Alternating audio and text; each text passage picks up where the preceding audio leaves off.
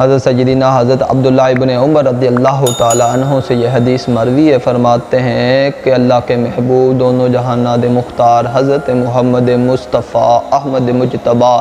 صلی اللہ علیہ وآلہ وسلم نے ارشاد فرمایا، جو بندہ نماز کو پابندی کے ساتھ پڑھتا رہے گا، نمازوں کو دن میں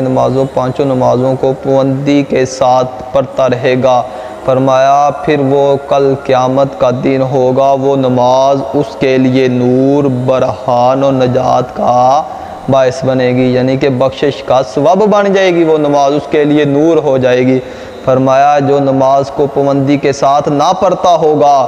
پھر فرمایا کل قیامت کے دن فرمایا وہ نماز نہ برہان ہوگی نہ نجات کا باعث بنے گی، فرمایا پھر اس کا انجام ان لوگوں کے ساتھ ہوگا، فرمایا قارون، فرعون، حامان اور ابی بن خلف کے ساتھ ان کا انجام ہوگا، فرمایا جس جگہ پر وہ جہنم میں ہوگے بے نمازی کا سلوک بھی وہاں ہوگا۔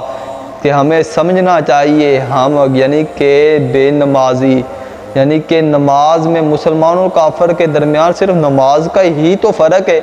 فرمایا کہ جو بے نمازی ہوگا پھر اس کا انجام فرعون کے ساتھ ہوگا، قارون کے ساتھ ہوگا، ابی بن خلف کے ساتھ ہوگا۔ اگر ہم بچنا چاہتے ہیں ہمارا انجام ان لوگوں کے ساتھ نہ ہو تو ہم نماز کو پابندی کے ساتھ پڑھنا شروع کر دیں۔ دعا ہے کہ اللہ تبارک و تعالی عمل کرنے کی توفیق عطا فرمائے۔